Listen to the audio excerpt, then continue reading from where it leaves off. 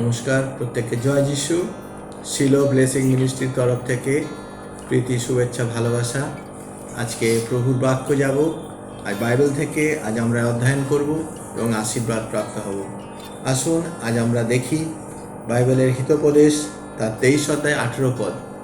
সেখানে এইরূপ লেখা আছে, কেননা শেষ ফল অবশ্যই আছে, তোমার আশা ছিন্ন হইবে না। শেষ ফল অবশ্যই আছে, তোমার আশা ছিন্ন হইবে না। আজকে জগতে যত মানুষ আছে, ঈশ্বরের কাছে একটাই বচন, একটাই বাক্য ঈশ্বর দিচ্ছেন যে শেষ ফল অবশ্যই আছে, তোমার আশা ছিন্ন হইবে না। আজকে যদি প্রভুর কাছে আপনি আসেন, সেই জীবন্ত ঈশ্বরের কাছে, প্রভু যিশুর কাছে আপনি যদি আসেন, আপনি যদি তার কাছে প্রার্থনা রাখেন, আপনাকে ঈশ্বর একটাই অভয়বাণী দেয় যে শেষ ফল অবশ্যই আছে। আপনি হয়তো প্রার্থনা করছেন 1 বছর, 2 বছর, 3 বছর, উত্তর পাচ্ছেন না, কিন্তু ঈশ্বর বলছে আপনার এই প্রার্থনা উত্তর আসবে। কারণ বাক্য বলছে, গীতসংহিতা তার যদি আমরা দেখি 81 অধ্যায় 10 পদে, সেখানে লেখা আছে, তোমরা মুখ খোলো আর মুখ খুলে প্রার্থনা করো। আজকে যদি আমরা ঈশ্বরের কাছে মুখ খুলে প্রার্থনা করি আর আমাদের খেদ বা দুঃখের কথা আমরা জানাই, প্রভু তিনি বলছেন তোমার শেষ ফল অবশ্যই আছে। আজকে হতে পারে আজকে এই মুহূর্তে আমার এই ভিডিওটি আপনি হয়তো দেখছেন, আজকে এই প্রার্থনাটা আপনি শুনছেন বা ঈশ্বরের বাক্য শুনছেন। আপনার কাছে হয়তো আপনি এই মুহূর্তে দুঃখার্ত আছেন, এই মুহূর্তে দীর্ঘদিন হয়তো আপনি প্রভু যিশুর কাছে প্রার্থনা করেছেন, উত্তর পাচ্ছেন না, কিন্তু ঈশ্বর আজকে আপনাকে সেই অভয়বাণী দেয় যে শেষ ফল অবশ্যই আছে। আজকে ঈশ্বরের বাক্যে আপনি নিরুৎসাহ হবেন না, কারণ আজকে বাক্য বলছে আপনাকে, সে যদি আমরা লুক 18 অধ্যায় 1 পদে দেখি, সেখানে পরিষ্কারভাবে ঈশ্বর লিখছেন তার পবিত্র বাক্যে, নিরুৎসাহ হবেন না। আজকে আপনি যদি নিরুৎসাহ হন, আপনি প্রার্থনা করে করে নিরুৎসাহ হয়ে যাচ্ছেন, কিন্তু ঈশ্বরের বাক্য বলছে নিরুৎসাহ হবেন না, কারণ ঈশ্বর বলছেন আশা আছে। আমরা সেই আশার আলো দেখতে পাই আজকে খ্রিস্টের বাণীর মধ্যে দিয়ে, আমরা সেই আশার আলো পাই যে আশার আলো আমাদের তিনি বলছেন। আজকে আমরা ইয়োব তার যদি 11 অধ্যায় 16-18 পদে দেখি, ইয়োব তার 11 অধ্যায় 18 পদে, সেখানে শেষে 18 পদে বলছেন ঈশ্বর যে প্রত্যাশা আছে। আজকে আপনি হয়তো মনে করছেন দীর্ঘদিন অসুস্থতায় আছেন, দীর্ঘদিন আপনি অর্থকষ্টের মধ্যে আছেন, দীর্ঘদিন আপনার বিজনেস ফেল হয়েছে, আপনার জব থেকে আপনি হয়তো আপনার সেখানে জবটা হয়তো এই লকডাউনে বন্ধ হয়ে গেছে। ঈশ্বর বলছে আপনাকে, যদি আপনি ঈশ্বরের কাছে প্রার্থনা করেন, ঈশ্বর ভীরু মানুষ ছিলেন, তিনি পবিত্র আত্মায় পূর্ণ মানুষ ছিলেন। তার একটা বাসনা ছিল, যতদিন সে প্রভু যিশুকে না দেখবে সে জেরুজালেমের মন্দির থেকে সরবে না, এবং সে মৃত্যু হবে না বলে ঈশ্বরের কাছে প্রার্থনা করেছিল। আমরা সেই সিমিয়নের তার কাকুতি, তার বিনতি প্রার্থনা ঈশ্বর কোনোদিন ফেলে দেয়নি। সে ঈশ্বরের সঙ্গে দর্শন পেয়েছিল এবং ঈশ্বরের সান্নিধ্যে এসেছিল। আমরা জানি যোহন লিখিত সুসমাচার তার 5 অধ্যায়ে, সেখানে বৈতসদা বলে একটি পুকুর ছিল। সেই বৈতসদা পুকুরের ধারে একটা 38 বছর একটা অসুস্থ মানুষ, সে 38টা বছর সে কাটিয়েছিল। বহু মানুষ সেই জলকম্পের সময় যারা নেমেছিল সেই জলে তারা সুস্থ হয়েছিল, আমরা জানি। কিন্তু সে 38 বছর সেই জলে নামতে পারেনি, কিন্তু সুস্থতা পায়নি। কিন্তু তার সেই বিনতি, তার যে প্রার্থনা ছিল, ঈশ্বর তার সান্নিধ্যে এসেছিল, তাকে সুস্থতা দিয়েছিল, কিন্তু তার আশা ছিন্ন করেনি ঈশ্বর। আজকে আপনি যত বছর ধরে আপনি যন্ত্রণা পাচ্ছেন, যত বছর আপনি কষ্ট যন্ত্রণা ভোগ করছেন, ঈশ্বরের কাছে আসুন।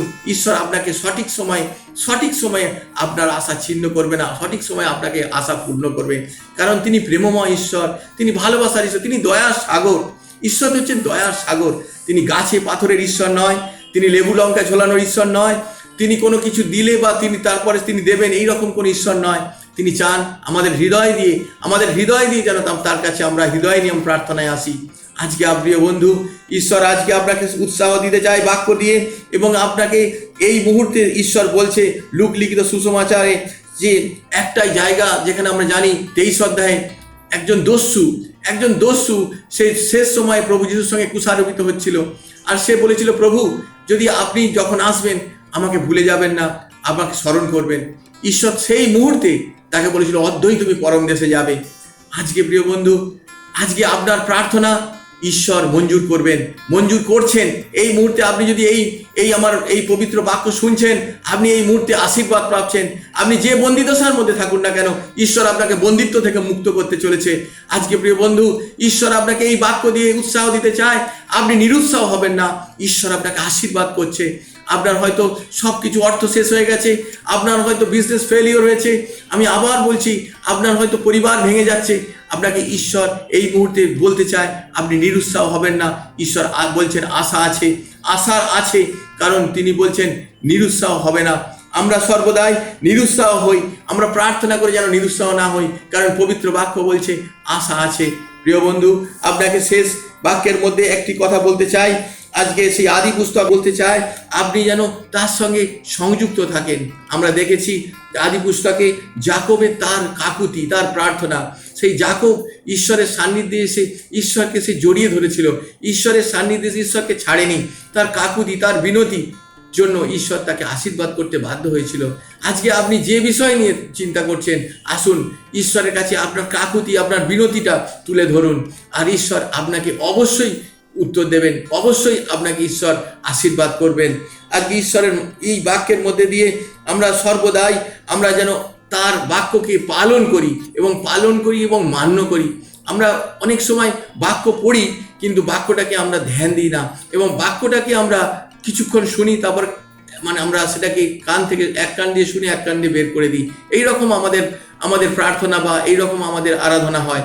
কিন্তু ঈশ্বর তার বাক্যে বলছে আপনি যে প্রার্থনা করবেন, কলসীয় তার 4 অধ্যায়ে দেখা আছে, বিনতি যাচনাপূর্বক আপনি যা যাচনা করবেন ঈশ্বর আমেন করবে। কারণ ঈশ্বর আমাদের ফেলে দেওয়ার ঈশ্বর নয়, ঈশ্বর আপনাকে ছেড়ে দেবে না। আমরা দেখেছি তার সান্নিধ্যে আসলে ঈশ্বর আমাদের অবশ্যই সেই প্রার্থনা মঞ্জুর করবেন।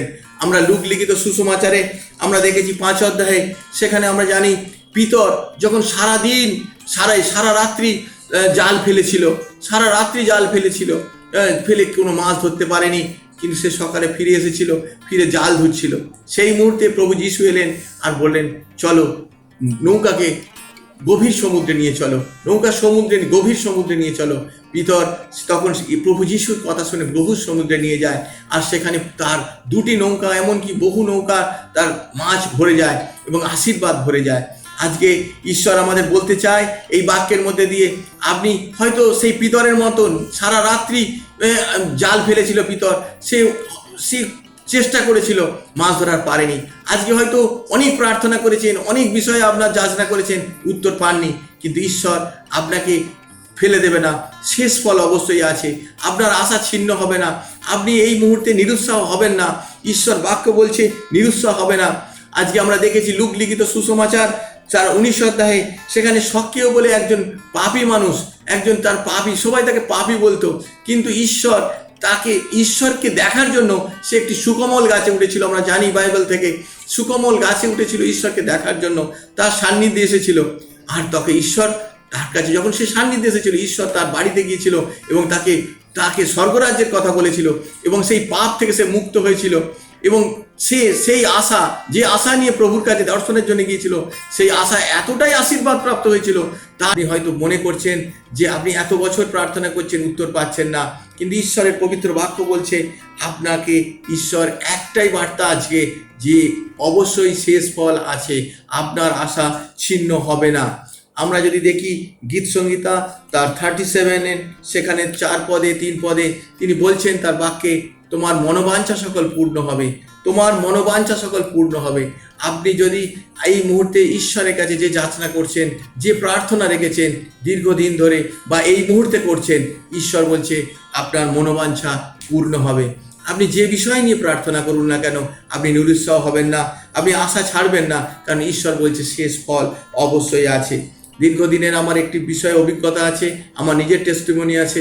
1.5 বছর একটি প্রার্থনা আমি রেখেছিলাম, উত্তর আসেনি, কিন্তু 1.5 বছর পর সেই প্রার্থনার উত্তর এসেছিল। আজকে প্রিয় বন্ধু, আজকে আপনাকে এই ঈশ্বরের বাক্যের মধ্যে দিয়ে আপনাদের উৎসাহ দিতে চাই, আপনি নিরুৎসাহ হবেন না, কারণ ঈশ্বরের বাক্য বলছে শেষ ফল অবশ্যই আছে। আপনাকে হয়তো এই মুহূর্তে অনেক দুঃখ যন্ত্রণার মধ্যে ভোগ করতে হচ্ছে, অনেক কষ্টের মধ্যে আছে, কিভাবে সংসার চালাবেন, কিভাবে আপনার মিনিস্ট্রি চালাবেন, কিভাবে আপনার জীবনযাপন করবেন। আপনি অনেক অনেক দুঃখের মধ্যে, অনেক কষ্টের মধ্যে আছেন। আসুন প্রিয় বন্ধু, আমরা প্রভু যিশুর কাছে আসি আর প্রভুর কাছে বলি, প্রভু তুমি আমার জীবনকে ধরো। আসুন আমরা যদি দেখি বাক্যের মধ্যে দিয়ে, তার সঙ্গে আমরা যখন প্রার্থনা করি, আমরা যখন তার সান্নিধ্যে আসি তার কাছে, এবং তার কাছে সেই আমরা নিজেদের যাচনা তুলে ধরি, তিনি বলছেন আমি উত্তর দেব। কারণ আমাদের প্রার্থনাটা বিশ্বাসপূর্বক হওয়া উচিত। আমরা অনেক সময় প্রার্থনা করি, আমরা নিরুৎসাহ হই, আমরা প্রার্থনা করি যদি, দেখি, হবে, এই সব ভাবি। কিন্তু ঈশ্বরের পবিত্র বাক্য বলছে আপনি একটাই বিশ্বাসী প্রার্থনা, যখন 14:14 বলছে যদি বিশ্বাসপূর্বক প্রার্থনা করেন তাহলে আপনার প্রার্থনা ঈশ্বর শুনবেন। আমরা দেখি মতি লিখিত সুসমাচার তার 21 অধ্যায় তার 22 পদে বলছে বিশ্বাসপূর্বক যা যাচনা করবে তাহাই আমেন হবে। আজকে প্রিয় বন্ধু, আজ ঈশ্বরের বাক্যের মধ্যে দিয়ে আমরা যে বাক্য নিয়ে আপনি প্রার্থনা করছেন, যে বাক্যের বিষয় নিয়ে আপনি ভাবছেন, যেটা নিয়ে আপনি প্রার্থনা করছেন, সেই প্রার্থনা উত্তর আসবে। আজকে 1 করিন্থীয় তার 6 অধ্যায় 17 পদে একটি বাক্য লেখা আছে, সেখানে বলছে যে আমার সঙ্গে সংযুক্ত হয় সে পরমাত্মার সঙ্গে সংযুক্ত হয়। আজকে আপনি প্রার্থনা করছেন, কিন্তু প্রভুর সঙ্গে কি আপনি সংযুক্ত আছেন? প্রভুর সঙ্গে কি আপনি চলছেন? প্রভুর বাক্য মেনে চলছেন, বা বাক্যকে আপনি ধ্যান করছেন? আপনি যে বিষয় নিয়ে আপনি চিন্তা করছেন, আপনি নিজে ভার বহন করছেন? আসুন প্রিয় বন্ধু, ঈশ্বরের উপর নির্ভর করি আর ঈশ্বরের বাক্যকে আমরা ধ্যান দিই। আজকে ঈশ্বর বলছে আমার সঙ্গে সংযুক্ত হও, এবং অধ্যায় 15 পদে যে যতক্ষণ এই মুহূর্তে আপনি ঈশ্বরের কাছে যে যাচনা করছেন, ঈশ্বর বলছেন যতক্ষণ না আপনাকে আশীর্বাদ দেবেন ততক্ষণ তিনি আপনাকে ত্যাগ করবেন না। প্রিয় বন্ধু, আজ আমরা একসাথে আপনার জন্য প্রার্থনা করি, আপনাদের জন্য প্রার্থনা করি। আপনার কি বিষয় আছে জানি না, এই বিষয়ে আমরা এই বিষয়ের ওপরে, আপনার বিষয় এবং আপনার পরিবারের বিষয়ে, আপনার যে বিষয়ে অব্যক্ত প্রার্থনার বিষয় আছে, সেই বিষয় নিয়ে আমি একটু প্রার্থনা করব। আজকে আপনি সেইখানে যেখানে আছেন, এই ভিডিও দেখছেন, আপনি চোখ বন্ধ করুন। আসুন আমরা একসাথে প্রার্থনা করি। পরম করুণাময় ঈশ্বর, তোমায় ধন্যবাদ দিই প্রভু, আজ পবিত্র বাক্যের মধ্যে দিয়ে তুমি নিয়ে গেলে প্রভু। আজ যে সন্তান তোমার দেখছে এই মুহূর্তে তারা ভিডিও, এই আশীর্বাদের বচন, যে আশীর্বাদ তাদের জীবনে এবং তার জীবনে কার্যকরী করো। যে কঠিন পরিস্থিতির মধ্যে এই বোন বা দাদা বা ভাই বা মায়েরা আছে প্রভু, তুমি তাদের বিশেষ অনুগ্রহ দাও। তারা সে নিরুৎসাহ হয়ে গেছে, তুমি বলেছো আমি আশার আলো, তুমি নিরুৎসাহ হও না। আজকে প্রভু তিনি বলছেন যে আপনাকে এই মুহূর্তে আশীর্বাদ করছেন। তুমি সেই রোগের ব্যাধির মধ্যে যদি কেউ থাকে, এই মুহূর্তে সেই রোগ থেকে তাকে মুক্ত করো। যদি কেউ অর্থকষ্টের বা নিরাশার মধ্যে আছে, তুমি এই মুহূর্তে তাদের পরিবারে আশার আলো হয়ে যাও, তাদের ভান্ডারে, তাদের ক্ষেত্রে, তাদের নগরে আশীর্বাদ করো। প্রভু তুমি দয়া করো, প্রার্থনা করি তুমি আশীর্বাদ করো। এবং প্রার্থনা করি প্রভু, যারা অনেক দিন, দীর্ঘদিন কোনো বিষয়ে অব্যক্ত প্রার্থনা তাদের আছে, দীর্ঘদিন সেই বন্ডেজের মধ্যে আছে, যিশু নামে খুলে দাও। কারণ নহম তার 1 অধ্যায় তার 13 পদে বলছে এই মুহূর্তে তোমার জোয়ালি ভাঙিব, এই মুহূর্তে তোমার স্কন্ধ হইতে আমি জোয়ালি ভাঙিব। প্রভু এই মুহূর্তে আপনার যে জোয়ালি, যে বোঝা আপনি বইছেন, যিশু নামে সেই বোঝা দূর হয়ে যাক। প্রভু তুমি দয়া করো, সেই ভাই বোন মায়েদের আশীর্বাদ করো, দয়া করো, সঙ্গে থাকো। এই প্রার্থনা পিতা যিশু তোমার নামে চাই, শ্রবণ ও গ্রাহ্য করো। আমিন। ধন্যবাদ প্রভু, জয় যিশু।